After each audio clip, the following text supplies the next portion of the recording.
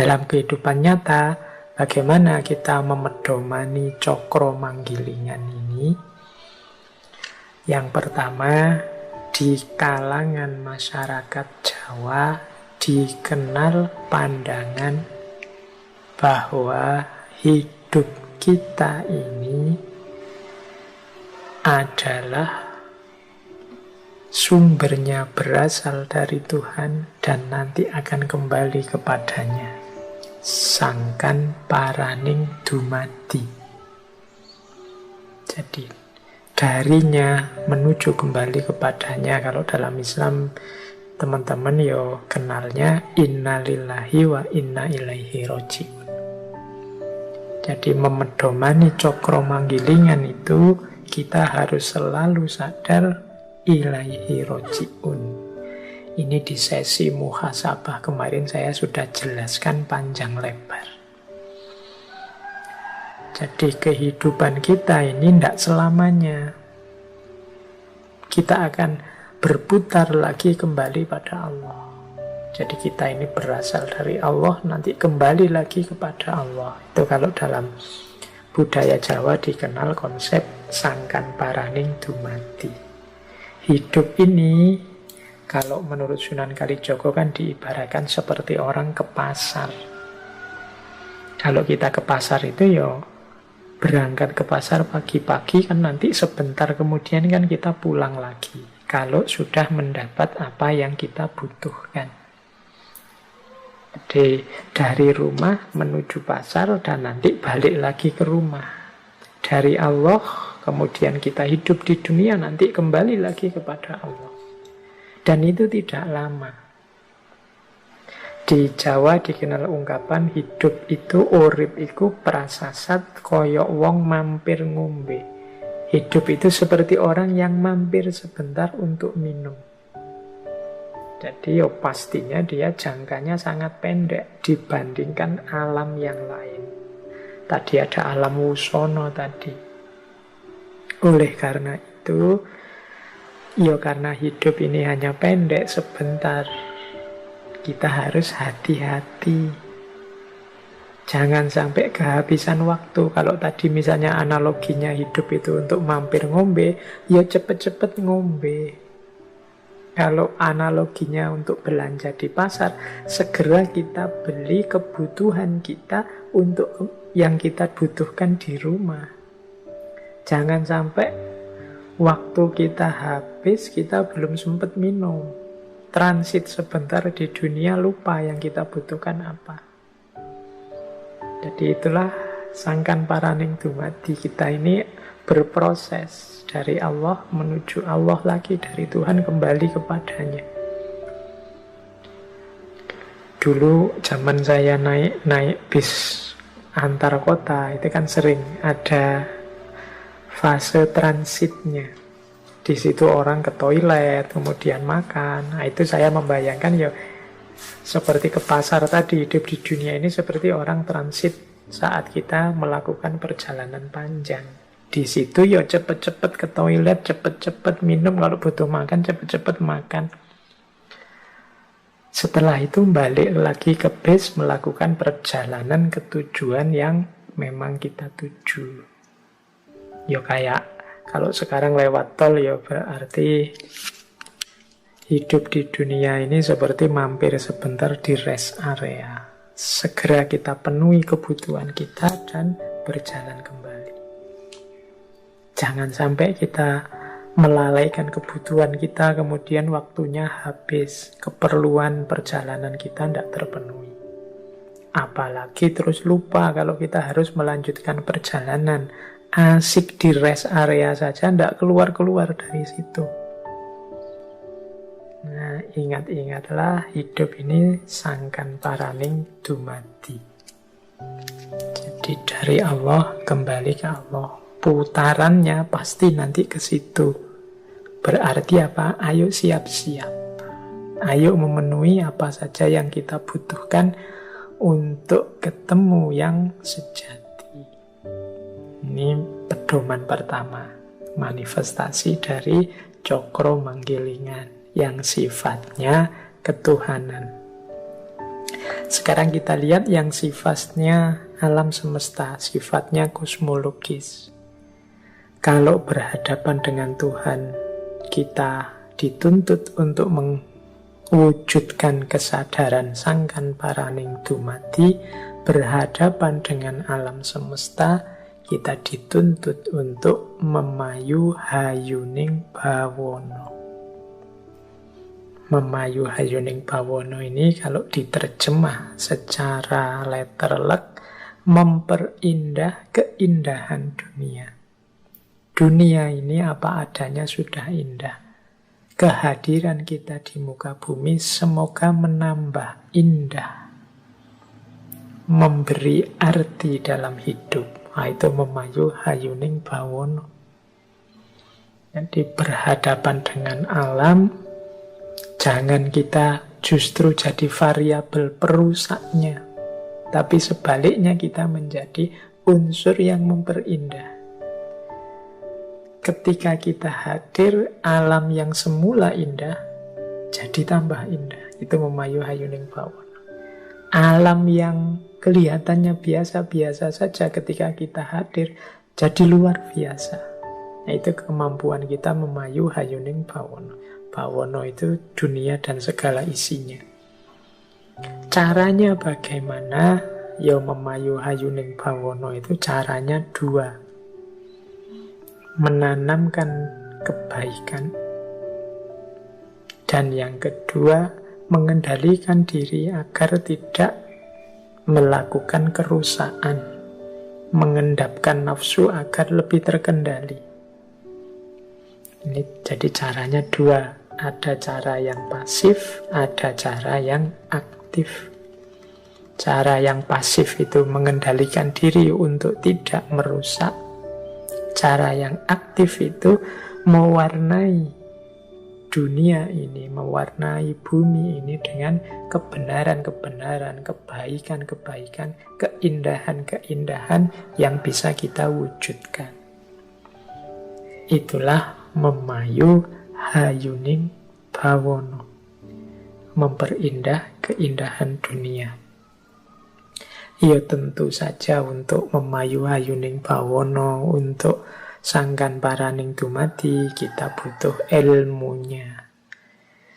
Jadi ilmu ini nanti vital. Jangan sampai saya itu ndak ndak ingin menghancurkan dunia ini. Malah yang saya lakukan itu memperbaiki. Tapi ketika ilmunya kurang, jangan-jangan yang kita sebut memperbaiki itu malah merusak. Kehadiran kita jadi variabel, jadi unsur yang justru mengacaukan dunia. Nah, ini orientasi yang kedua sebagai manifestasi dari cokro manggilingan adalah memayu hayuning bawono. Kalau tadi kesadaran bahwa akhirnya kita akan kembali kepada Tuhan, sehingga hidup kita harus tidak terlena, harus selalu waspada, tidak mudah menyia-nyiakan waktu untuk senang-senang saja karena kita punya misi sangkan paraning dumadi. Yang kedua ini memayu hayuning bawono. Kehadiran kita yang sebentar, usia manusia itu kan tidak panjang. Sepanjang-panjang usia kita paling berapa sih? Itu kan berarti sebentar. Kehadiran kita yang sebentar ini semoga menambah indahnya dunia yang sudah indah. Ini memayu hayuning bawono. Oke. Baik, ya ini kalau mau kita tambah penjelasannya, ini bisa berhubungan dengan etika, bisa berhubungan dengan teologi, bisa berhubungan dengan ekologi tentang lingkungan, bisa juga berhubungan dengan antropologi, sosiologi, dan lain sebagainya. Bahkan mungkin juga politik. Bagaimana kita mengembangkan sistem politik, kehidupan politik yang memayu hayuning bawono. Bagaimana kita mewujudkan hidup berbudaya yang memayu hayuning bawono. Bagaimana kita membentuk kosmos, kita menyikapi kehadiran kita di alam semesta yang memayu hayuning bawono. Inilah prinsip-prinsip dasar kehidupan Jawa yang antara lain bersumber dari falsafah Cokro-Manggilingan. Nah, sekarang yang ketiga. Ini juga lanjutannya, orientasi hidup berdasarkan Cokro-Manggilingan. Kalau ini secara psikologis. Kalau tadi kosmologis itu tentang alam yang memayu hayuning bawono. Sebelumnya teologis berhubungan dengan Tuhan, sangkan paraning dumati. Kalau ini secara psikologis, kejiwaan manusia yang berhubungan dengan Cokro-Manggilingan. Ini saya pinjam dari Ki Ageng Suryomentara. Dulu pernah kita bahas panjang lebar tentang beliau ini. Silahkan dicari rekamannya. Ini saya ngomong ringkes saja dari berbagai teori yang beliau sampaikan. Jadi di antara pola Cokro-Manggilingan dalam hidup mikro psikologis kita, itu adalah kita harusnya sadar bahwa senang dan susah itu sementara. Teman-teman yang mengkaji Ki Ageng Suryomentara mungkin masih ingat istilah mulur dan mungkret. Jadi menurut Ki Ageng Suryomentara, rasa hidup manusia sedunia ini sama saja. Yakni pasti sebentar senang, sebentar susah. Sebentar senang, sebentar susah. Tidak ada orang itu yang senang terus dari lahir sampai mati, tidak mungkin. Orang kok sedih terus, tidak ada senangnya sama sekali, tidak mungkin. Kecuali orang yang tidak mau bersyukur. Jadi selalu hidup itu naik turun, naik turun. Sekalipun orang kaya, miskin, raja, kuli, wali, bajingan, itu kali banyak saya terjemahkan langsung dari bukunya beliau. Rasa hidupnya sama saja, yaitu sebentar senang, sebentar susah. Yang sama adalah rasanya senang susah, lama, cepat, berat, ringan, ini sama. Sedangkan yang berbeda adalah yang disenangi apa. Cuma itu saja yang berbeda. Ada orang yang senangnya punya teman banyak, ada orang yang senangnya punya uang banyak, ada orang yang senangnya kalau ibadah, ada orang yang senangnya kalau rekreasi. Kalau ini beda-beda. Tapi rasa sebentar senang, sebentar susah, ini semua orang sama. Oleh karena itu, kata Ki Ageng Suryomentara, kalau kita sadar seperti ini, hidup slow saja, santai saja. Kita bebas dari iri, dari sombong, dari hasut, dari kebencian pada siapapun. Wong kita ini manusia sama saja. Engkau iri apa sih pada saudaramu? Mungkin saudaramu juga iri hal tertentu padamu. Kita hidup ini sama saja, masing-masing ada kelebihan, ada kekurangannya. Ada fase pasang, ada fase surutnya. Jadi hidup ini mari kita sikapi biasa saja, santai saja. Kalau bahasanya anak-anak hari ini slow way, karena semua orang sama saja. Tidak ada orang yang senang terus atau susah terus. Tidak usah iri, tidak usah dengki, tidak usah sombong. Coba dilihat putaran gambar itu yang di slide itu, yang kalau ini yang teori mulur mungkret tadi dari Ki Ageng Suryomentara, untuk menggambarkan mengapa kok orang itu selalu ada senang dan susahnya. Ini bulatan ini silahkan dimulai dari mana saja. Misalnya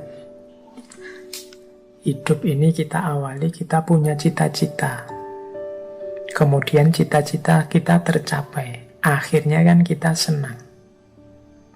Cita-cita tercapai, kita senang. Jangan lupa, ketika orang cita-cita A tercapai, biasanya dia tidak berhenti. Dia masih punya cita-cita lanjutannya. Misalnya, Pak, saya ingin lulus tercepat, terbaik. Misalnya, tercapai, kan kita seneng. Tapi kan itu belum titik. Setelah itu kan, karena saya lulus tercepat, terbaik, Pak, saya ingin dapat pekerjaan yang memadai, Pak. Nah, itu kan mulur lagi keinginannya. Yang tadinya seneng, sekarang mulai mulur. Ketika mulur, mungkin tidak tercapai. Jadi, senengnya terbatas. Sekarang ada keinginan baru. Ketika mulur ini kan mulai sedih lagi. Apalagi kalau tidak tercapai. Tidak tercapai, dia jadi sedih. Ketika keinginan tidak tercapai, dia sedih. Sedih itu akhirnya apa? Mungkret. Mungkret itu yang tadi standarnya 100, sekarang diturunkan jadi 50. Misalnya tadi cita-citanya pingin dapat pekerjaan yang memadai. Nggak dapat-dapat. Akhirnya sedih. Akhirnya kan keinginannya berkurang. Itu namanya mungkret. Misalnya, sudahlah Pak, ndak harus pekerjaan yang apa-apalah. Yang penting ada pekerjaan saja. Saya punya penghasilan saja. Sudah bersyukur kok Pak. Nah, ketika mungkret berkurang, akhirnya tercapai. Wong ya asal ndak males saja kan pekerjaan banyak. Ketika tercapai seneng. Ketika sudah seneng kan terus mulur lagi. Masa sih aku cuma hanya ini pekerjaanku. Kalau semakin ditambah mungkin semakin enak untuk hidupku. Nambah lagi, mulur lagi. Mungkin tidak tercapai lagi. Akhirnya sedih. Ketika sedih, mungkret lagi. Menyusut keinginannya. Nah, ketika menyusut tercapai. Terus seneng. Ketika seneng berkembang keinginannya. Mulur. Tidak tercapai. Akhirnya sedih. Menyusut, ketika menyusut tercapai. Hidup ini ya siklus antara senang dan susah. Dinikmati saja prosesnya, perjalanannya. Nah, ini nasihat dari Ki Ageng Suryamentara. Ini ada kalimat yang saya suka dari beliau, malam hari ini saya bawa. Kata beliau, Ki Ageng Suryamentara, di atas bumi ini dan di kolong langit ini tidak ada barang yang pantas dicari, dihindari, atau ditolak secara mati-matian. Meskipun demikian, manusia itu selalu berusaha mati-matian untuk mencari, menghindari, atau menolak sesuatu. Walaupun kadang memang tidak sepantasnya dicari, ditolak, atau dihindari. Padahal apa yang dicari atau ditolaknya itu tidak menyebabkan orang bahagia dan senang selamanya atau susah dan celaka selamanya. Tetapi pada waktu orang menginginkan sesuatu, pasti ia mengira atau berpendapat bahwa jika keinginanku tercapai, tentulah aku bahagia dan senang selamanya. Dan jika tidak tercapai, tentulah aku celaka dan susah selamanya. Ini karakternya manusia. Padahal menurut Ki Ageng Suryamentara, mbok yo jangan begitu.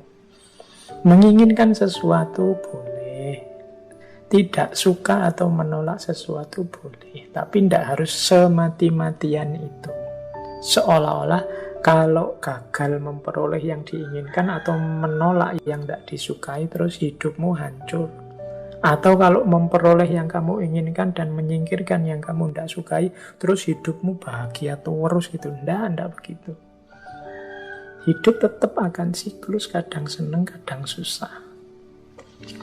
Kadang-kadang kita kan begitu. Pokoknya Pak, kalau saya diterima jadi PNS ini misalnya ya, wah sudahlah selesai hidup saya Pak, sudah bahagia terjamin sampai anak-anak cucu nanti. Atau kalau saya berhasil menikahi dia Pak, wah sudah, hidup saya mesti tidak ada susahnya, seneng terus bahagia terus. Atau kalau saya punya uang 10 miliar saja Pak, wah pasti hidup saya itu ketawa terus, nggak ada sedihnya sama sekali.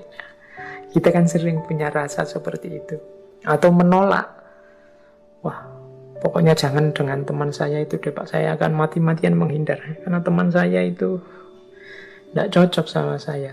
Saya benci sekali sama dia. Semoga dia, kita akan menolak mati-matian. Janganlah Pak kalau kerja di sana itu menurut saya dan kita nolak mati-matian. Janganlah Pak kalau menikah dengan dia Pak, saya sudah lama tidak suka dengan perempuan seperti itu, bukan tipe saya. Terus kamu tolak mati-matian. Itu kan kebiasaan kita begitu. Pak Ki Ageng Surya Mentara mengingatkan Mbok Yo jangan begitu. Jangan keterlaluan. Keterlaluan mencari atau keterlaluan menghindari. Seolah-olah kalau berhasil yang engkau cari, hidupmu bahagia selamanya, atau sebaliknya. Kalau tidak berhasil menolak yang engkau benci, hidupmu susah selamanya. Tidaklah. Hidup itu akan selalu gilir berganti antara senang dan susah.